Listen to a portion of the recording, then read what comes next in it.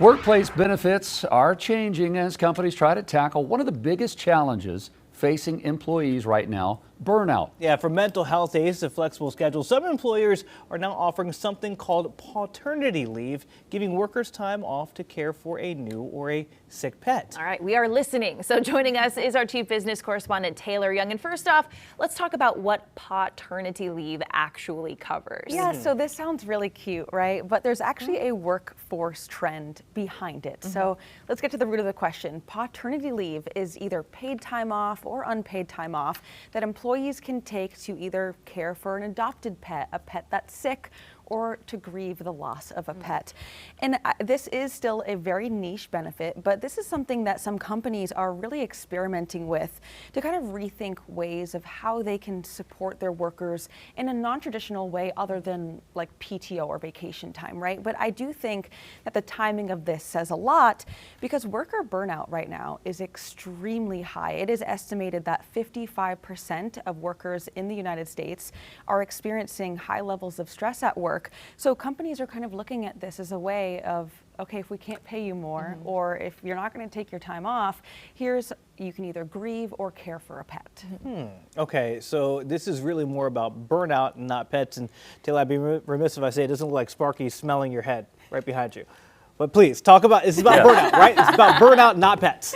Yes, I mean, think about the tightness of the job market right now. I mean, workers are doing jobs of multiple people, and they're also, wages aren't really keeping up with that productivity increase. So companies are kind of turning to lifestyle benefits instead, and because I hate to say this, but raises, they really only help with burnout temporarily. That's what studies find.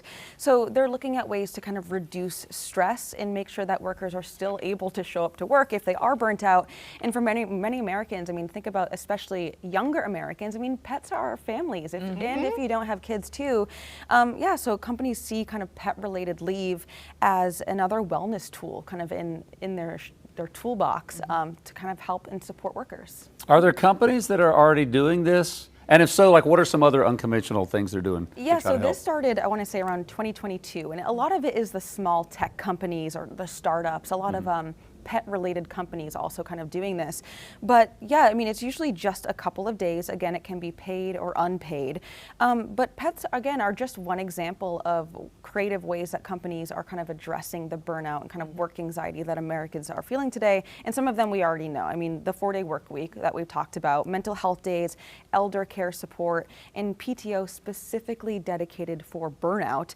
So yeah, I think that this is a bigger trend that we're seeing of kind of a personalization of care for workers. But who wouldn't want to take a couple of days off to care for a new pet? Well, we all are pet owners here, and we've had a medical emergency pop up. And you don't want to use a sick day or PTO, or you might get questioned about it. We've had pets pass away, unfortunately, and when they are such a big part of your family, it's devastating. Yeah, it's hard to go to work. It really is. You can't focus. You can't focus. You're not good to anyone. So it's nice to have a company sort of recognize that. Absolutely. Hopefully it will take off even more. Yeah. We'll see.